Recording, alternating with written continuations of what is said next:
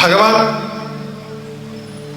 പെരുന്തനാകുളത്തപ്പൻ അല്ലെങ്കിൽ എറണാകുളത്തപ്പൻ, ഈ സ്ഥലത്തിന്റെ പേര് തന്നെ പെരുന്തനാകുളം ഭഗവാന്റെ നാഭി കണ്ട സ്ഥലം അല്ലെ, എങ്ങനെയല്ലേ പറയുന്നത്? വില്വമംഗലത്തിന്റെ ആ ദർശനത്തിന് നാഭി ഉണ്ടായ ഭാഗം ജലാധിവാസത്തിലുള്ള സ്ഥലം എന്നാണ്. ഈ എറണാകുളം എന്ന് പറയുന്നത് തന്നെ ആത്യന്തികമായിട്ട് ഭഗവാന്റെ പേരിൽ നിന്നാണ് വന്നിട്ടുള്ളത് എന്നാണ് ഞാൻ വായിച്ചിട്ടുള്ളത്. കൃഷ്ണാകുളത്തപ്പൻ എന്ന് വിളിക്കുന്ന ഭാഗത്തിനേക്കാൾ തമിഴില് ഭഗവാനെ വിളിക്കുക എറയും പിറയും സൂടിയവൻ എന്നാണ്. എറയി എന്ന് പറഞ്ഞു കഴിഞ്ഞാൽ ജലം, പിറയി എന്ന് പറഞ്ഞു കഴിഞ്ഞാൽ ചന്ദ്രക്കല. അതുകൊണ്ട് ഇറയിനാറുടെ കുളമാണ് എറണാകുളം എന്നാണ്. മഹാദേവന് നീരാട്ട് നടത്താനുള്ള സ്ഥലം. ഈ സ്ഥലത്തിന്റെ പ്രാധാന്യം തന്നെ മഹാദേവന്റെ നാമമായിട്ട് ഏറ്റവും അധികം ചേർന്ന് നിൽക്കുന്നുണ്ട്. അങ്ങനെയുള്ള ഭഗവാന്റെ ഏറ്റവും പ്രിയപ്പെട്ട ഒരു മകൻ, അദ്ദേഹത്തെ സ്മരിക്കാതെ നമ്മൾ ഒരു തരത്തിലുള്ള കാര്യങ്ങളും ചെയ്യാറില്ല. ഞാൻ ഗുരുവായൂരപ്പന്റെ ഏറ്റവും മഹത്തായിട്ട് പലയിടത്തും പറയാറുണ്ട്, ഒരുപാട് പേർക്ക് ഉണ്ണിയാണ് ഗുരുവായൂരപ്പൻ. എത്രയോ ആളുകൾ ഭഗവാനെ കുട്ടിയായിട്ടാണ് കാണുന്നത്, അതിലേക്ക് നമുക്ക് വരികയും ചെയ്യാം. പക്ഷെ പ്രപഞ്ചം മുഴുവൻ മാതാപിതാക്കളായിട്ട് കാണുന്ന രണ്ട് പേരെ ഈ ലോകത്തുള്ളൂ. ഇന്ന് ജനിച്ചു വീണ കുട്ടി ആയുസ്സെത്താൻ കിടക്കണ ഒരു മുത്തശ്ശനോ മുത്തശ്ശി ഉണ്ടെങ്കിൽ അവരും ധൈര്യത്തോടു കൂടി അച്ഛ അമ്മയെന്ന് വിളിക്കുന്ന രണ്ട് പേരെ ഈ പ്രപഞ്ചത്തിലുള്ളൂ. കാളിദാസൻ രഘുവംശം എഴുതുന്നതിന് മുമ്പായിട്ട് ആദ്യം തുടക്കത്തിൽ എഴുതിവെക്കുന്നു വാഗർത്താഭിസമ്പർത്തം എന്ന് പറഞ്ഞു തുടങ്ങുന്ന ശ്ലോകം.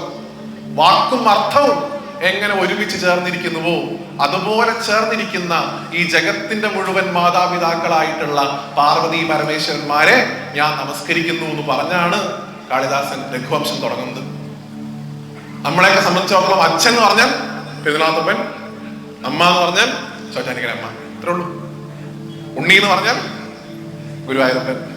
അതുപോലെ എറണാകുളത്തുകാരെ സംബന്ധിച്ചിടത്തോളം ഒരു ഉണ്ണി കൂടി ഉണ്ട്. ഞാൻ അമൃത ടി വിയിൽ ഷൂട്ടിങ്ങിന് വരുന്ന സമയത്തും എറണാകുളത്തിന്റെ എല്ലാ യാത്രകളിലും ഞാൻ പരമാവധി സ്റ്റേ ചെയ്യാൻ താല്പര്യപ്പെടാനുള്ളത് എടപ്പള്ളിയിലാണ്.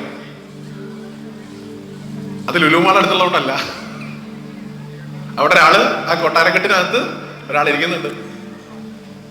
ഈ പ്രപഞ്ചത്തിന് മുഴുവൻ വിളിച്ചു പറഞ്ഞ ഒരാള് അല്ലെ, ഈ പ്രപഞ്ചമാകുന്ന എന്റെ അച്ഛനും അമ്മയാണ് എന്റെ ലോകം എന്ന് ഈ ലോകത്തിനോട് മുഴുവൻ വിളിച്ചു പറഞ്ഞ മഹാവിഷ്ണുവിന്റെ സാക്ഷാൽ ഗുരുവായൂരപ്പന്റെ ഏറ്റവും പ്രിയപ്പെട്ട, മുരുകന്റെ ഏറ്റവും പ്രിയപ്പെട്ട, ദേവസൈന്യാധിപനായിട്ടുള്ള ഭഗവാൻ സ്വന്തം സഹോദരനായിട്ട് കാണുന്ന സാക്ഷാൽ ജഗദംബിക തന്റെ ശരീരത്തിൽ നിന്ന് ഉണ്ടാക്കിയെടുത്തിട്ടുള്ള സർവ്വവിഘ്നങ്ങളും മാറ്റുന്ന ആ സാക്ഷാൽ മഹാഗണപതിയെ സ്മരിക്കാതെ ഒരു കാര്യവും നമ്മൾ ചെയ്യാറില്ല അല്ലെ.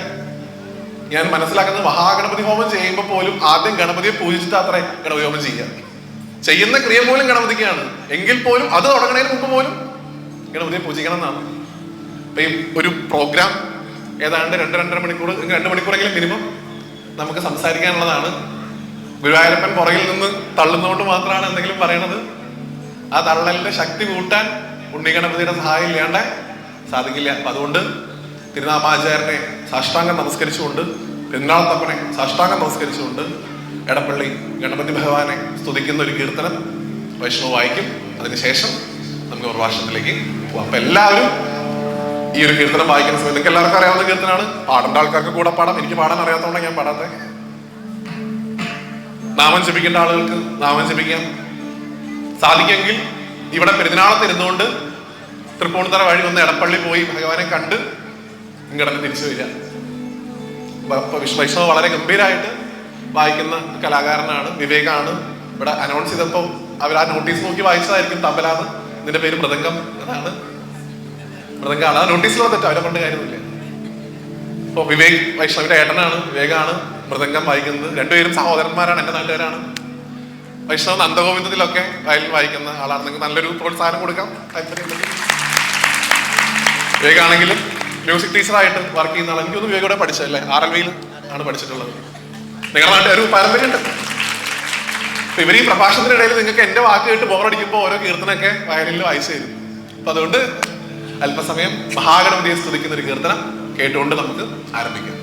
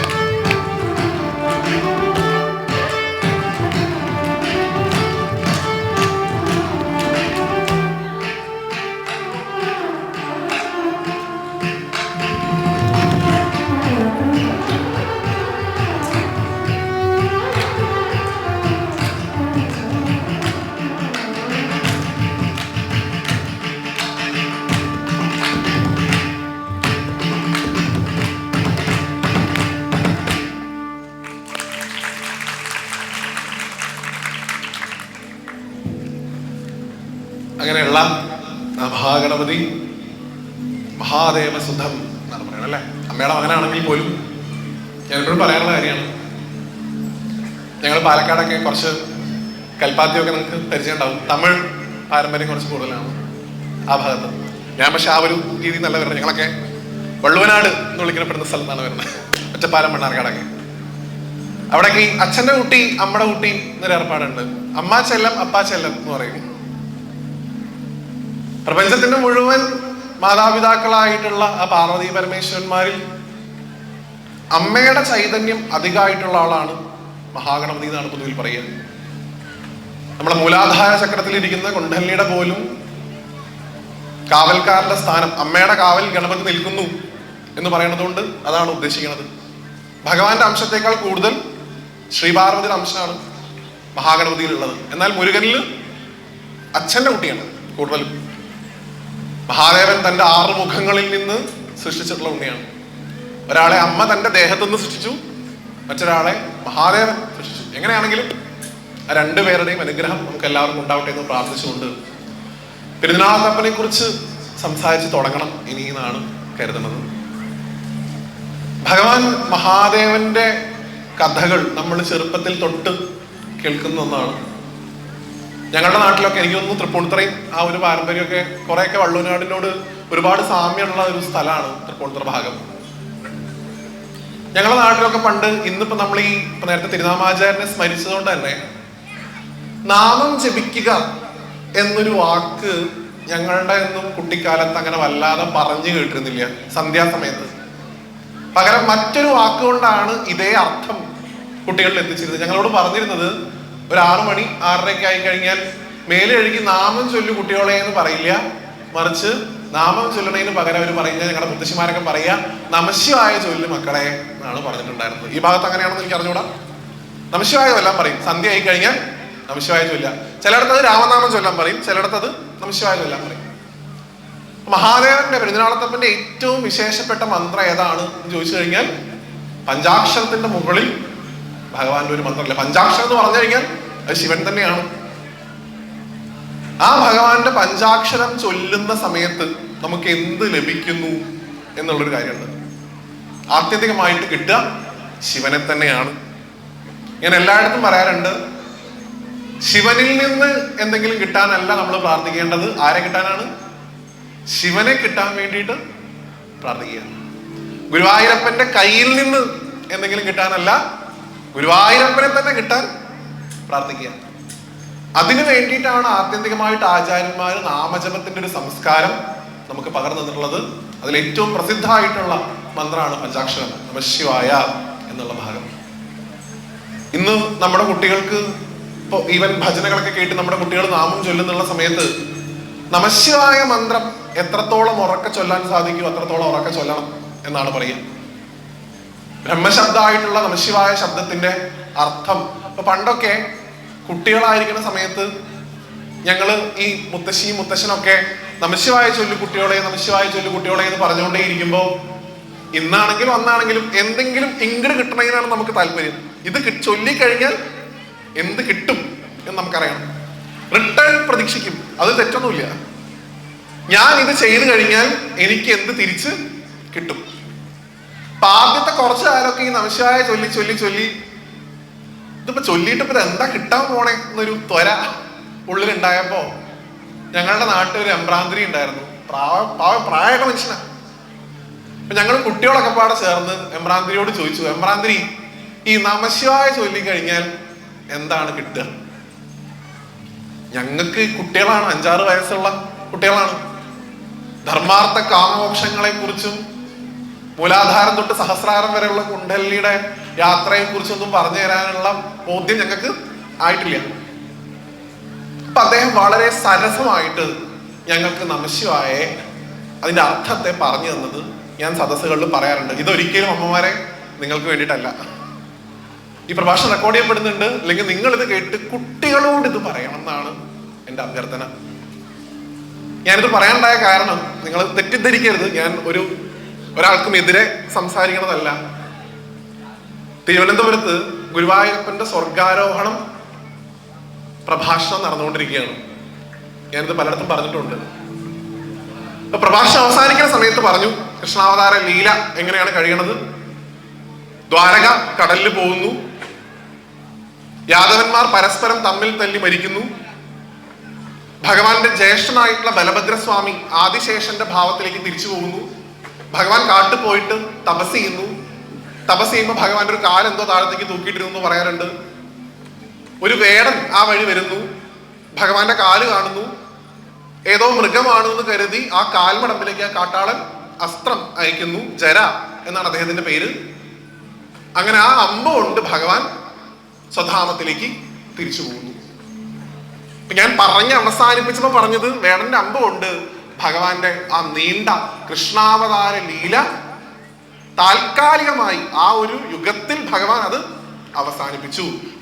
വേടന്റെ അമ്പ കൊണ്ട് ഭഗവാൻ വൈകുണ്ഠത്തിലേക്ക് യാത്രയായി എന്ന് പറഞ്ഞ് അവസാനിപ്പിച്ചപ്പോഴേക്കും ആ മോളുടെയൊക്കെ പ്രായമുള്ള 2 കുട്ടികൾ എണീറ്റിട്ട് എന്നോട് പറഞ്ഞു, വെറുതെ ഞങ്ങളുടെ വേടനെ കുറിച്ച് അനാവശ്യം പറയുന്നത് വ്യാസേട്ടാ, ഞാൻ ഉദ്ദേശിച്ച വേടന ആ വേടനെ അല്ല മോളെ എന്ന് ഞാൻ പറയേണ്ടി വന്നു. അവരോടാണ് ഞാൻ നമഃശിവായ ചൊല്ലാൻ പറയുന്നത്. എനിക്ക് മറ്റേ വേടനോട് എതിർപ്പില്ല കേട്ടോ, അങ്ങനെ പറയരുതേ. പക്ഷെ ഈ ധർമ്മത്തിന്റെ പാരമ്പര്യം കൂടി മനസ്സിലാക്കി നാമജപത്തിന്റെ പ്രാധാന്യം മനസ്സിലാക്കിയിട്ട് വേണം പുതിയ തലമുറയിലുള്ള കുട്ടികൾ വളർന്നു വരാൻ. അതിന് ഈ പെരുന്തിനാവളത്തപ്പന്റെ ഏറ്റവും പ്രസിദ്ധമായിട്ടുള്ള മന്ത്രം നമഃശിവായ എത്രത്തോളം ചൊല്ലാൻ സാധിക്കുമോ അത്രത്തോളം ചൊല്ലാൻ നമ്മൾ കുട്ടികളെ പഠിപ്പിക്കണം. അപ്പൊ അവരും ചോദിക്കും നിങ്ങളോട്, മുത്തശ്ശി അല്ലെങ്കിൽ അമ്മേ, ഈ നമഃശിവായ ചൊല്ലി എന്താ കിട്ടുക? തമാശയായിട്ട് എടുത്താൽ മതി. പണ്ട് ഞങ്ങളുടെ നാട്ടില് ഒരു മുത്തശ്ശിയോട് കുട്ടി ഇങ്ങനെ ചോദിച്ചു കൂത്തറേ, മുത്തശ്ശി നമഃശിവായ ചൊല്ലിയ എന്താ കിട്ടുക? മുത്തശ്ശി എടുത്ത വഴിക്ക് പറഞ്ഞു മോക്ഷം കിട്ടും കുട്ടിയെ. കുട്ടി എടുത്ത വഴിക്ക് അങ്ങോട്ടും പറഞ്ഞു മുത്തശ്ശിക്ക് അത് ആദ്യം കിട്ടാൻ പോണ ഇരുന്ന് ചൊല്ലിക്കോളൂ. നമ്മൾ ആ ഒരു കാറ്റഗറിയിലുള്ള ആൾക്കാരെ കുറിച്ചല്ല പറയണേ. നമഃശിവായ ചൊല്ലിയ എന്ത് കിട്ടുന്ന ഒരു കുട്ടി നിങ്ങളോട് ചോദിച്ചു കഴിഞ്ഞാൽ ആ കുട്ടിക്ക് മനസ്സിലാവുന്ന ഭാഷയിൽ വേണം പറഞ്ഞു കൊടുക്കാൻ, അല്ലെ? ഞങ്ങൾക്ക് എമ്രാന്തിരി പറഞ്ഞു തന്നത് ഞാനിപ്പോ അവിടെ പറയാം. അവര് പറഞ്ഞു, നാ എന്ന ശബ്ദം ചൊല്ലുമ്പോ മക്കളെ നിങ്ങൾക്ക് നരക ഭയം ഉണ്ടാവില്ല എന്നാണ്. നമ്മുടെയൊക്കെ പേടി അന്നത്തെ കാലത്ത് അന്യൻ സിനിമയൊക്കെ ഇറങ്ങിയ സമയമായിരുന്നു. മറ്റേ എണ്ണയിലിട്ടിട്ട് വറക്കുന്നു, തലമുടിയുള്ള പാലത്തിന്റെ മുകളിലൂടെ നടത്തിക്കുന്നു, അല്ലെ? നരകത്തെ ആയിരുന്നു ഭയം. അപ്പൊ നാ എന്നുള്ള ശബ്ദം കൊണ്ട് ഉണ്ടെന്നുണ്ടാവില്ല, നരക ഭയം പോയി കിട്ടും. മാ എന്ന ശബ്ദം ഉച്ചരിക്കുമ്പോൾ ഏത് ഭയം പോണു? എല്ലാവർക്കും ഉള്ള ഭയം, ഇന്ന് പോവോ നാളെ പോവോ മറ്റന്നാ പോവോ എന്നുള്ളൊരു ഭയം ഉണ്ടല്ലോ.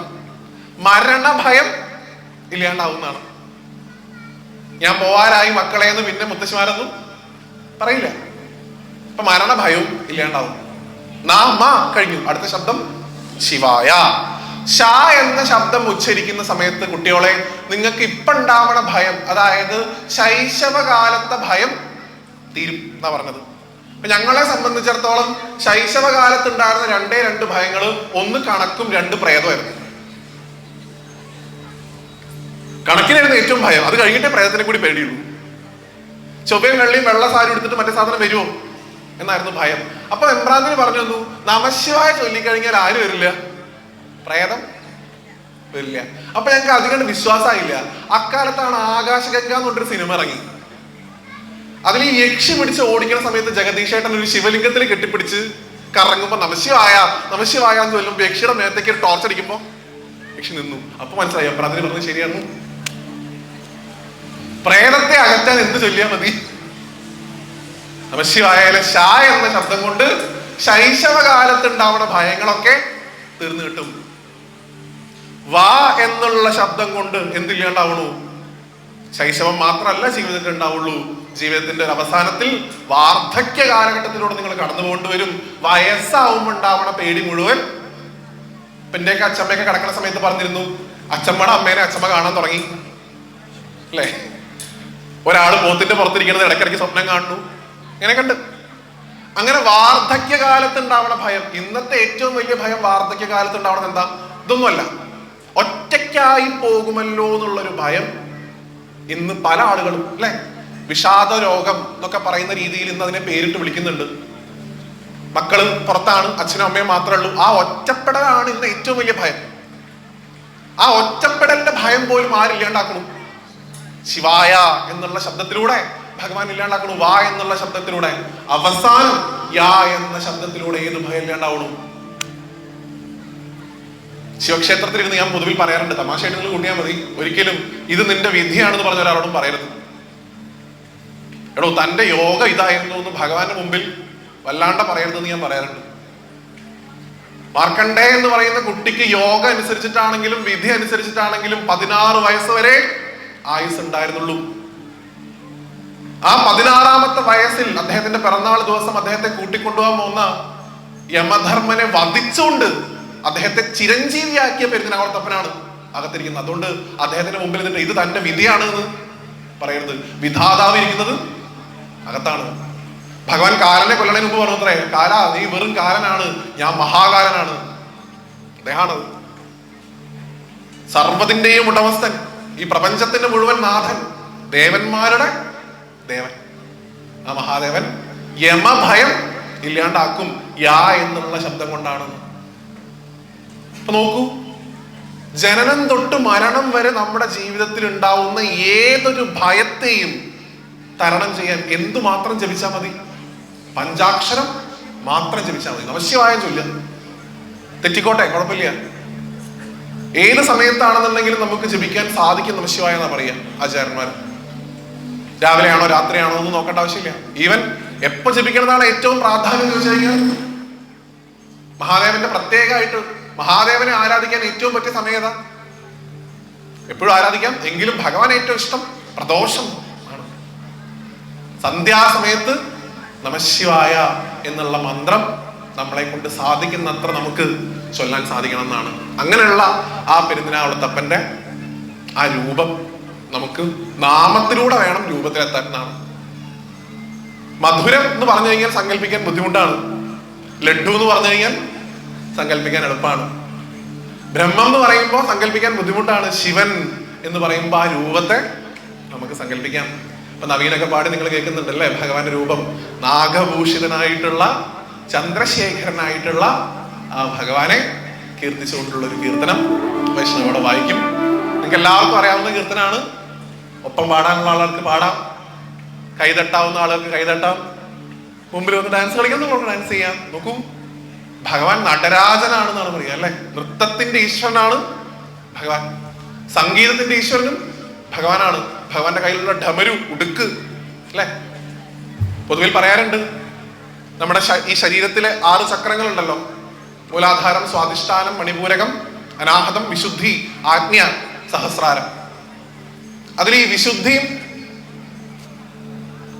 ഇവിടെ അനാഹതം, ഈ 2 ചക്രങ്ങളിലും മഹാദേവന്റെ സാന്നിധ്യം പറയാറുണ്ട്.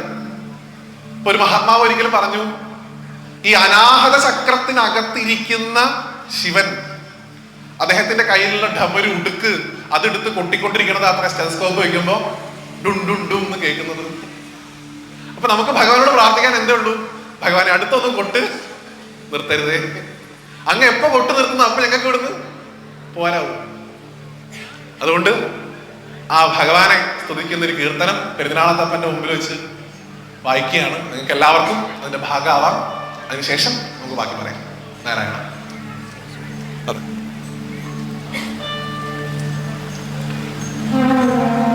നാഗഭൂഷിതങ്ങളും അതിന്റെ കൂട്ടത്തിൽ വായിക്കാൻ പറ്റുമെങ്കിൽ അങ്ങനെ വായിച്ചു.